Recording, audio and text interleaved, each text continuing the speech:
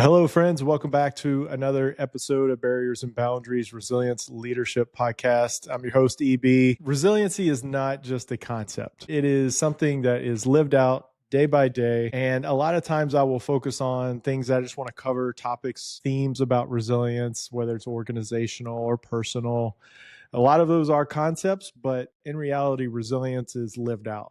And what I want to capture on this show is really the stories. I feel like that's where, based on your feedback, thank you for that, is really where we connect. And that's where real learning happens, is hearing how someone has been resilient, hearing the stories of overcoming adversity, learning along the way, responding to major life challenges. And really, it just comes down to like, how do you deal with change? And there's a lot of ways that do that. But today I want to capture one of those stories. And Kijuan Amey, welcome to the show. I appreciate you being here today, man. Man, I really appreciate you allowing me on and just the space and opportunity to be a part of your podcast and your platform.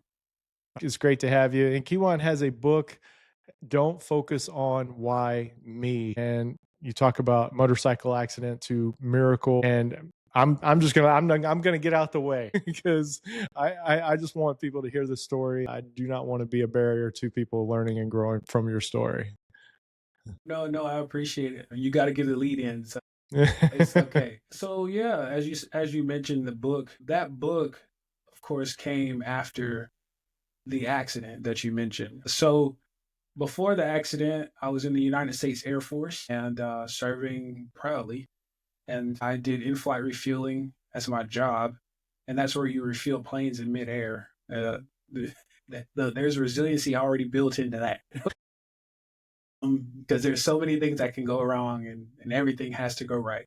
So there's true resiliency built in just the military. You understand the whole concept of being resilient, and they of course drilled it into us what we call in the military death by PowerPoint. And gosh, man, I used to dread those days. But anywho, I got through it. The worst thing that happened to me was a motorcycle accident. So I made it. And I can say that proudly, but also there is the downside to it. And I'll tell you about it. First, thank you for your service. Thank you for volunteering and doing that. And yeah, you're right. There's a lot of resilience built into just the battle rhythm of what we do day in, day out, and being able to capture that. I'm sure it'll be, part of the story of like how well that prepared you for facing even bigger adversity in life. Yeah, interesting. So before I get into the story, I thought being in the military, because you sign your life away as soon as you sign that paper. So I'm thinking something in the military is going to happen to me, that if anything. And I flew around on the KC-135 Strato tanker. For those who know what that is. Most of my Air Force people know that plane, and those who have been refueled by all those F-18 guys from the 6 and E6 guys and all those guys who have refueled from us in the Navy, the P3s, those as well. But anywho, I thought my plane would be one of the downfalls to me because that plane was built back in the 50s. Hear me clearly. It was built back in the 50s. It's coming up on 70 years, man, since that plane was built. Literally, next year makes 70 years for some of those planes. And it's crazy how I used to call it my dinosaur, but it's crazy how that plane is still a pinnacle of the Air Force, actually, because of what it is capable of doing, how it keeps missions going and just keeps the Air Force, the military, everything just functioning. What you don't see in the sky, it provides for down low. What you don't see what it's doing in the sky, it actually provides things for down low. And it's Oh, crazy, damn. man, how amazing it is. But I'll go into my story here. And so May 5th, 2017, beautiful day. Glorious, man. It's just an amazing day. I did 4 years active, but I switched over in Palace Chase, for those who are familiar with the term, and went into the reserves.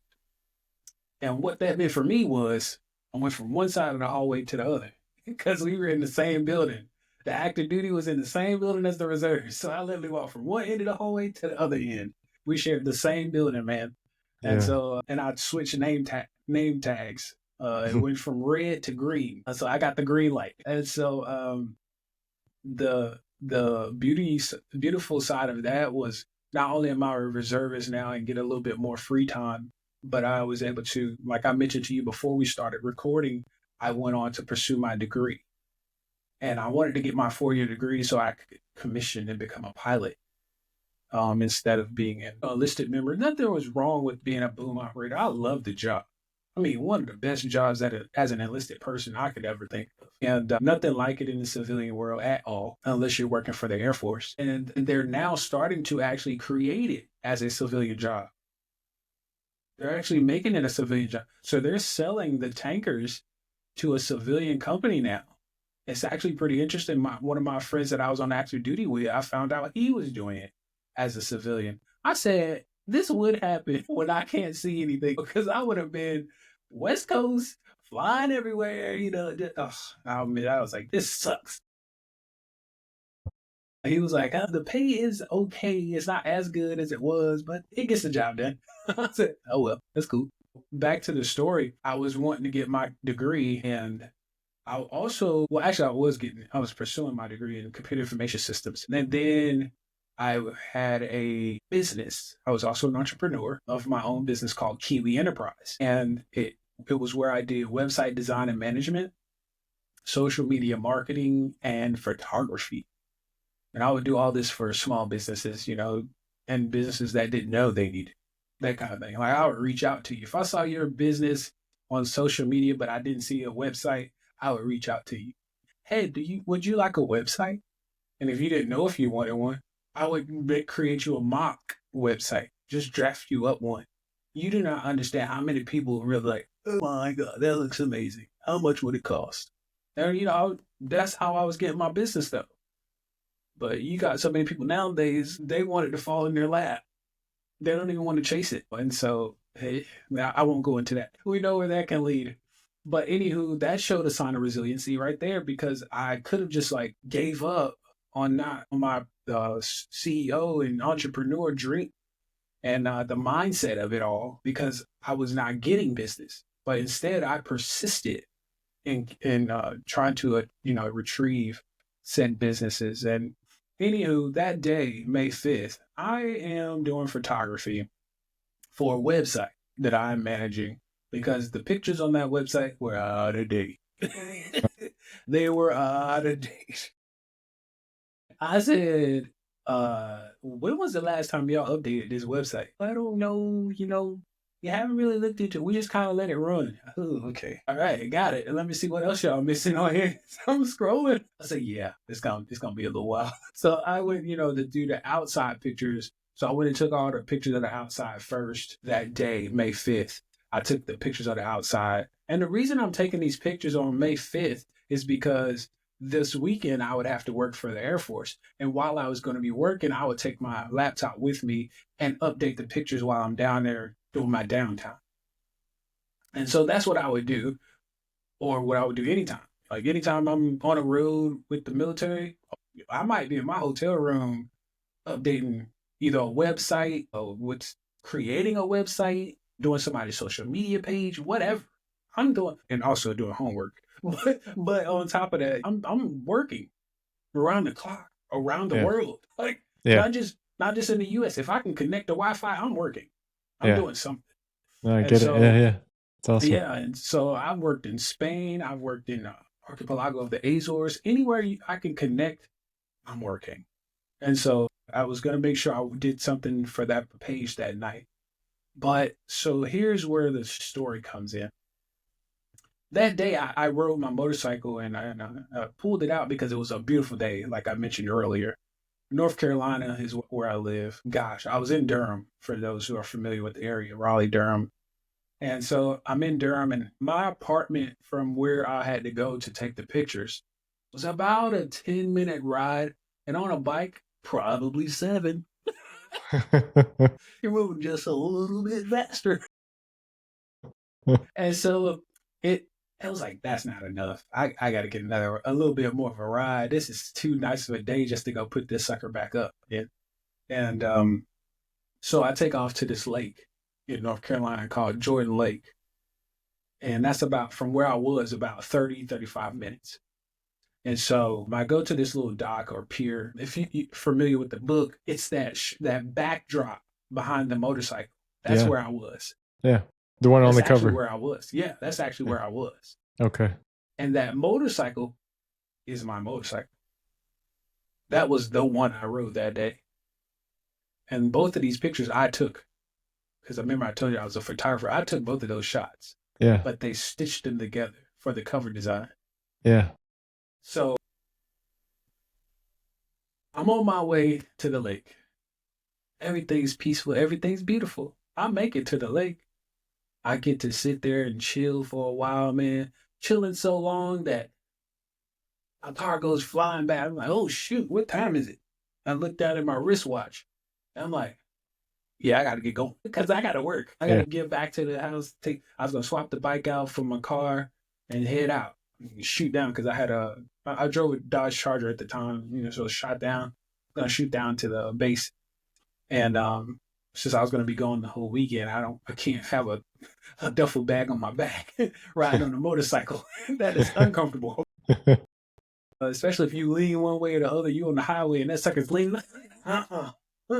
So anyway, I'm on my way home. And my helmet had Bluetooth capability. I had that installed on it, but I could listen to my music and stuff as I rode. And this was back during the time where, not for sure if you're familiar with Bruno Mars, but his album 24 Karat Magic had came out. And that thing was bumping all over the place, dude. And so now I'm listening to it, riding down the road. And it's just a 2-lane road, but it's a highway, what we call back roads here in North Carolina. And Highway 751, man, and trees whizzing by on each side. I mean, just peaceful. Such a beautiful day, man. It was crazy how nice of a day it was. Until it wasn't. And that's when this guy would pull out in front of me in a Honda Accord. The thing about it is I don't remember anything of it as far as the impact. But as I tell everybody, before the accident occurred, I could have done 3 things, man. Could have went right and went into the trees. Could have went left and went into oncoming traffic. Or I could have did what ended up happening, and that's freeze up and hit him. So that's what happened, man. I froze up and I hit this guy, and to say the impact was crazy, I could literally crush my face in. Literally crushed my face in to where I had to get 2 metal plates inserted in my head. Can you see like the groove right here? Yeah, metal plate. Yeah. So like I'm not joking. Seriously, 2 metal plates in my head cut from ear to ear. So where these headphones are growing across the top of my head, for those who can see it, I have a cut there, like literally from ear to ear, where they had to relieve the pressure on my brain from the swelling that it was accruing from the impact. The other piece of metal is kind of forming the shape of the roof of my mouth to force it outward. And my right eye was popped out because the bottom lid was torn off. I have no idea how. I mean, maybe the face shield did something. I don't know.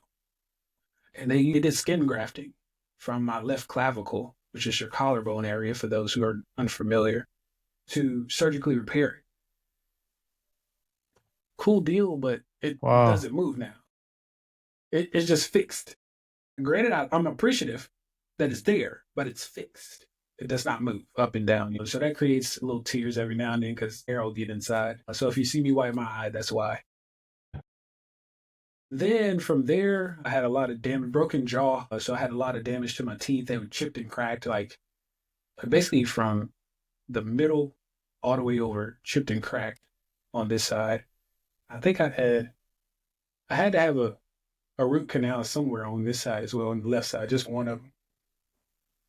Excuse me. But I think that was the cheapest part of my entire accident was my mouth. And the dental was $20,000. Goodness.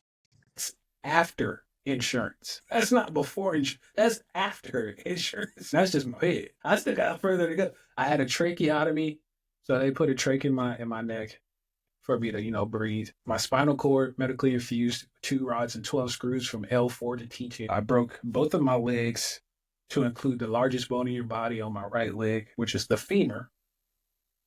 So that's metal. On my left leg, broke my tibia. So that's a metal rod as well, titanium, from knee all the way to ankle. So it's literally full length. I think I fractured my tibia on the right leg. I'm not sure if they replaced that, but I do know I have a screw in my right foot. And I just went to podiatry like a couple months, or last month, to get some shoes that are custom fit to my feet because I just found out not only does my foot swell, but it swells so much that it's a whole shoe size different.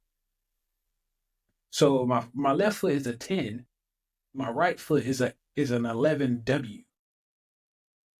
So that W means wide. Yeah. So I have 2 different size feet now. My calf muscle on my right leg is a whole inch around, a whole inch around bigger than the left one. Okay. Yeah, no, it's bad, man. Head to toe, man. Head to toe. Head to toe. I'm sorry, I forgot my finger, my index finger, my little index finger. It has the tendency of what they call trigger finger. I don't know if you're familiar with that, but that's where your finger can get stuck in a position like that. Okay. Can you see that? Yeah. Yeah, it can get stuck like that.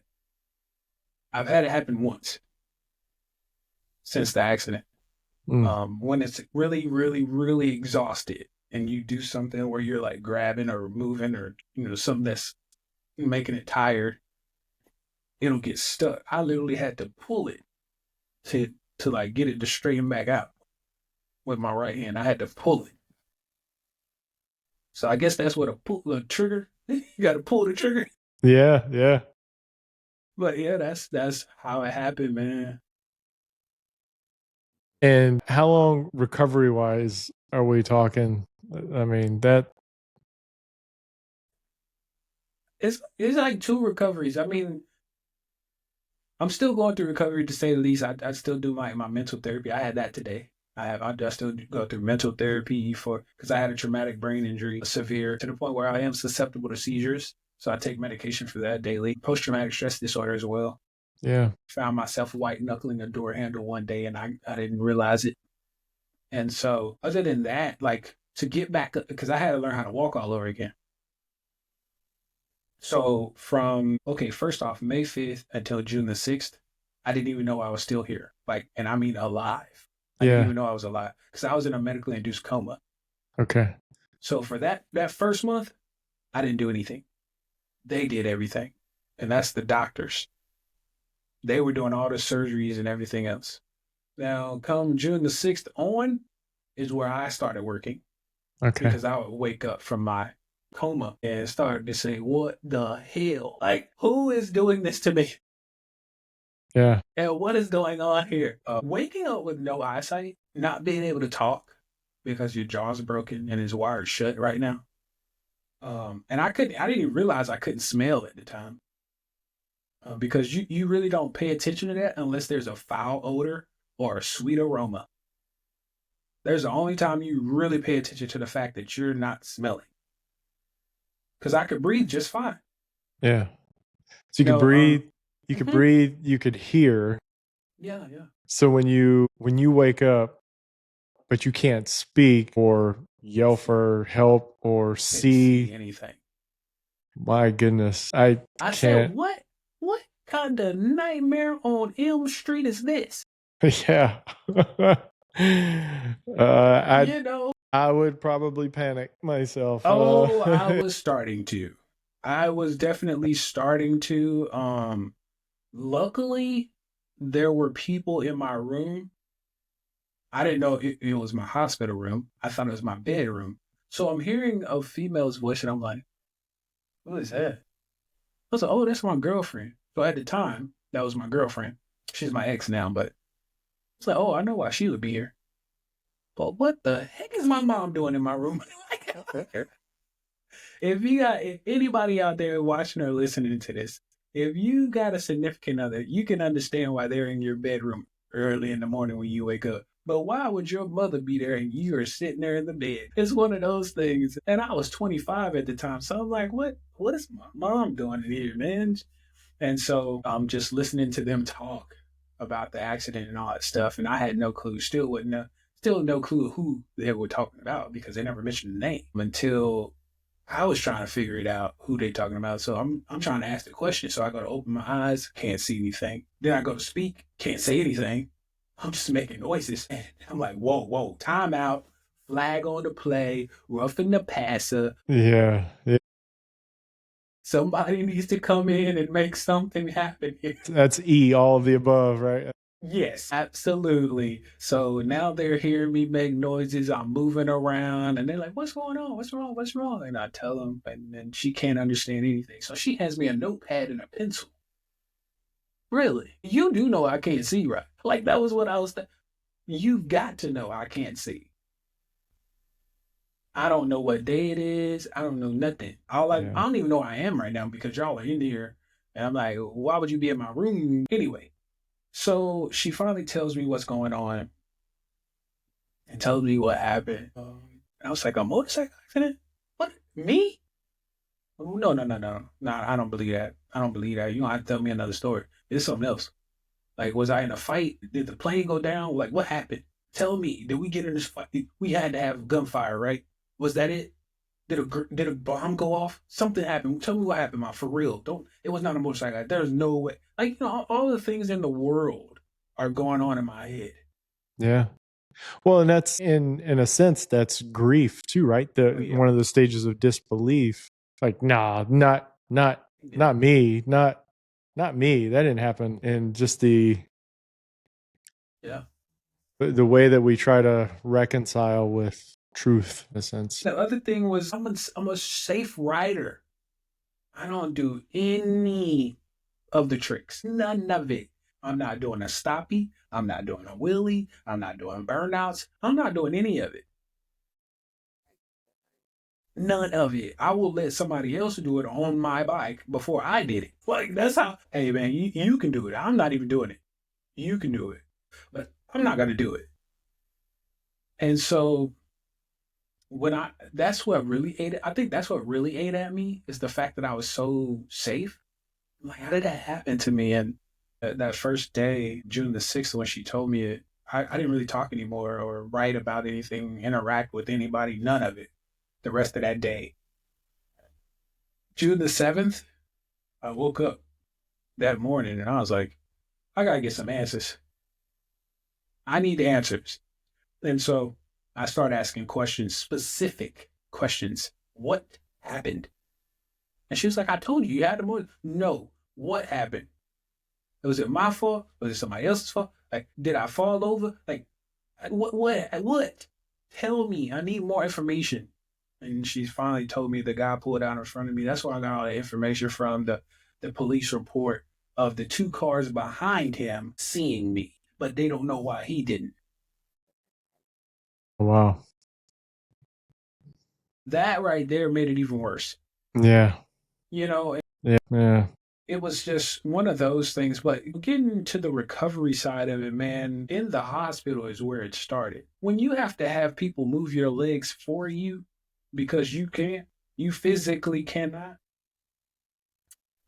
that's a humbling moment. It humbles you. Yeah, absolutely. And you want to so bad. Like, hey, listen, man, I'll tell you what, I had a strong calf and an ankle.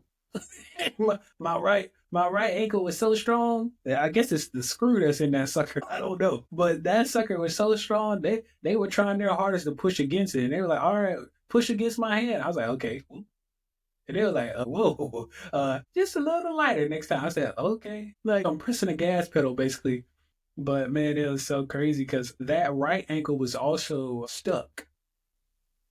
And when I say stuck, I mean like so how your foot flexes forward and backward. Yeah, it was stuck down. So I could only walk on the ball of my foot. When I first woke up and was learning how to walk, I had to eventually get it to flex backwards. I forget the flex they call it, but in physical therapy, they used to tell me what it was called. But I can now. I can flex it up now. It's still not as far as my original flex, but it is way better than what it was Yeah, yeah. because I couldn't move. When I say I could not flex it up at all, like that is no exaggeration. It doesn't matter how much weight I put on it, it would not. I could have just been standing on my foot by myself without my left leg being down. It would not flex. And so to be where it is now is amazing. And then I would learn how to walk again on the parallel bars at the UNC hospital is where I was life flighted to. And I would spend 2 months at Yeah. UNC hospital in Chapel Hill and learn how to walk on the parallel bars. I stayed in a wheelchair for a little while. I learned how to transfer and all that stuff until I was capable of just using the walker. So I would graduate from the wheelchair to the walker. Use that for a little while. I think it's like maybe a month or two, and then I would go to a support cane. Talk to me about some of the mental fortitude, that mental strength. Some people would just give up. Absolutely, it was kind of an internal thing. Yeah. And I go back to when I tell this to a lot of people now that I've been competing since I was 5 years old. I've been in sports since I was 5 years old, but I didn't start with most common sports. I started with bowling. There you go. Bowling. I like it. That's where I started. 5 years old, man, and I was a USBC sanctioned bowler. For those who don't know what USBC means, that stands for United States Bowling Congress. Oh, That wow. means I could travel the nation and bowl anywhere I wanted to in any tournament. Yeah. Yeah. That's awesome. So, Yeah, that's awesome. yeah, yeah. And I did that until I got into my teenage years, man. Literally with travel leagues and everything. And so until I got up to the point where that got a little bit boring for me, it wasn't necessarily boring, but I was kind of over it. Like I had been doing it for so long and it was kind of not fun anymore. Then I went into football and track. That's where it really kicked in. Football, oh man, you can't tell me nothing. I love it. Listen, so I'm 100% blind. I still watch football till today. And I can tell you more about the game than about, or anyway. We were watching, it wasn't even the Super Bowl. Like we'll just be watching any game. And I would hear them say it's a flag on the play. Now the timing of when they say it's a flag on the play by the commentators, and if the play is still going on, I can tell you what the flag is about before they ever announce anything. Yeah. Before they ever tell you what the flag is, I can tell you, oh yeah, that's holding, it's coming back. There's so much to being resilient to that's connected to our ability to pay attention or just be aware. Let's say you're a business leader. Yeah. Being able to know how operations are supposed to go is going to be a big indicator to when you know something goes wrong. It just takes time to be resilient. Exactly. And it's funny you mentioned that in regards to investing in the business, like staying vested in it is huge. And I just literally before we got on this podcast made a post on my Facebook saying I'm almost ready to hire somebody to respond to all these emails that I'm getting right now. But that'll actually take away from the journey and the connections that I'm making. Let's say brand new manager, someone gets out of college, they're taking their first job, they have a few direct reports to them. They don't know anything about lasting in the business or whatever industry they may be in. What's your go-to encouragement on resilience? Obviously, you're coming from a different perspective of some real life-altering adversity. Where do you even start with advising or encouraging someone how you stay resilient? Personally, staying resilient to me would be Just making sure that you understand it's going to take more than just words when it comes to bouncing back. It takes action. There has to be some action taken whatsoever. I don't care what it is. If I never got back on those parallel bars, I wouldn't be walking. I would still be in that wheelchair. I wouldn't be running. I wouldn't be competing in adaptive sports. I would have never downhill skied had I never took those first couple of steps on the parallel bars. And yes, I said that correctly. I have downhill skied without sight. Dude, if you think you can't do something, you're just making excuses now. Yeah, I wholeheartedly agree with that, especially after hearing that. Yes, yes, I have the video footage to prove it, okay? And I'm not tandem to anybody. I'm not being held up by anybody. I'm strapped to two skis just like anybody else would be. The only difference between me and anybody else is I had an earpiece and somebody was telling me which way to turn and everything. That's it. And I see that the only person that was going to limit you was you. Exactly. That's the other thing to resiliency. That can be the limiting factor. Is that you have now put something in your mind. It's crazy. I just heard a quote just before we hopped on the podcast.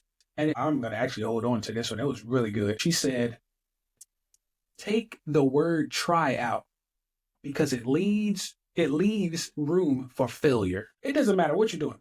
I'm trying to be vegan. No, she said take the word try out because it leaves room for failure. I'm trying to be a better manager. No, no, no. Take the word try out and say you're going to be a better manager.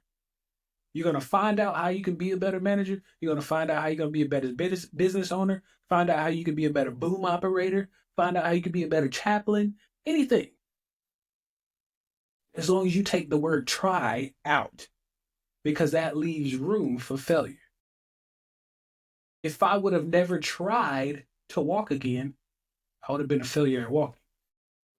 I tell my son he's soccer player, baseball player, and he's a great student. My encouragement to him, sort of along the same lines, is you either win or you learn. Pay attention to what's going on around you. That way you can always adapt. I think there's a lot of adaptability that is one of those core strengths of someone that's resilient. And you were 10 years total in the Air Force, and well, it's more like 10 years, 3 months, and 17 days. So who's counting? And even with your recovery, the recovery changes over time, environment changes all that time. And so you're just adapting. You're constantly adapting to what the next phase is. What's the next duty station for you, or what's the next physical training, or what's the next mental health exercises they want you to do. So there's a lot of adaptability that I see in your story that I can only imagine was a big contributing factor for you as you've developed. It's crazy because the human body is probably the most capable when it comes to adapting. Just think about it this way. We don't have to hibernate when it comes to winter, but some animals do. We don't hide from the sun during certain times of period, or we only come out when it's sunny outside like snakes, certain temperatures.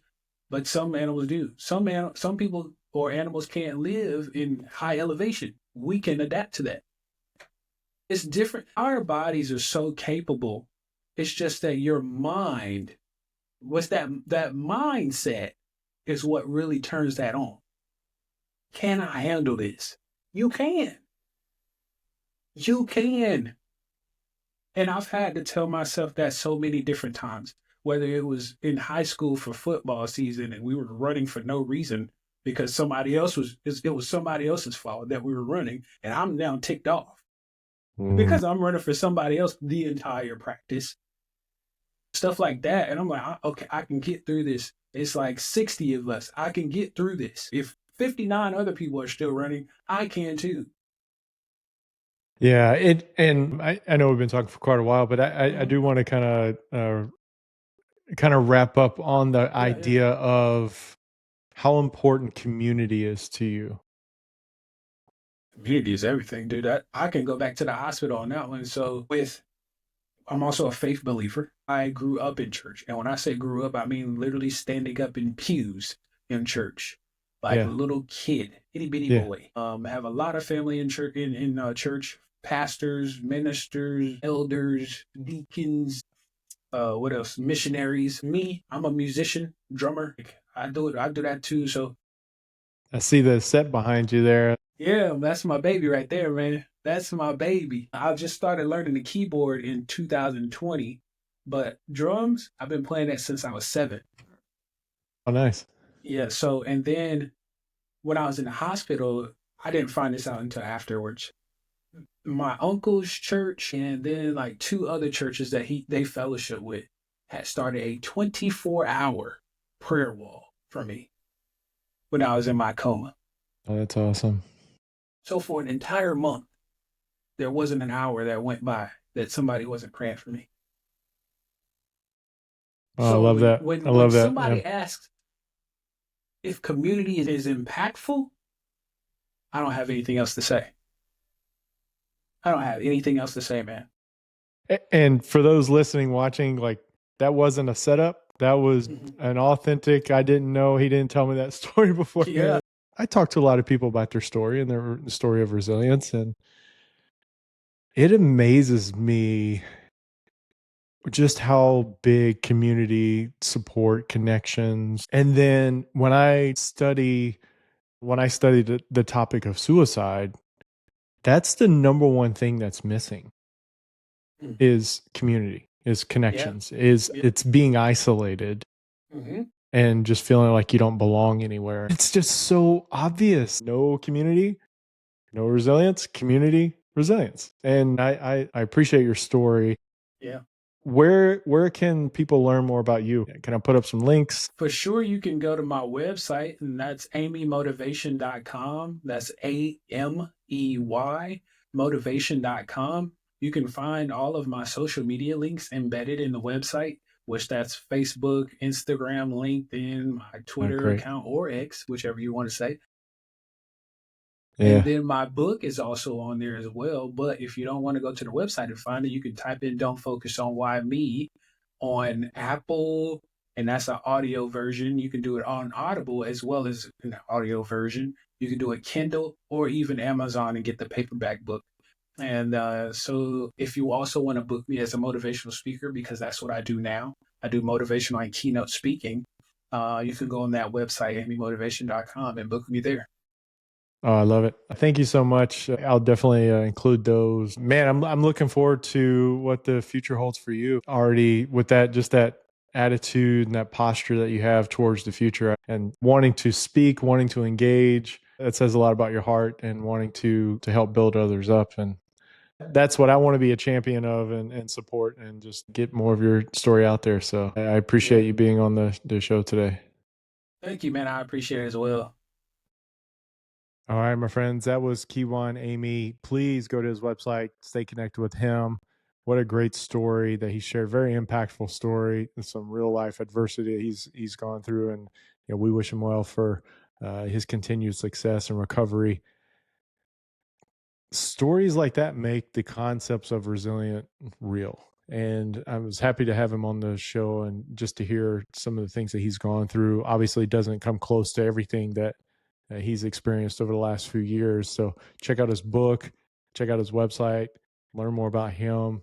But really think about some of the other things that we've talked about on previous episodes and how that impacts the concepts that we talk about versus the stories that we hear on the show. I'm excited to keep pressing forward, fighting for resilience, whether it's just exploring concepts or hearing stories. If you have a guest in mind, please reach out to me and connect me with them.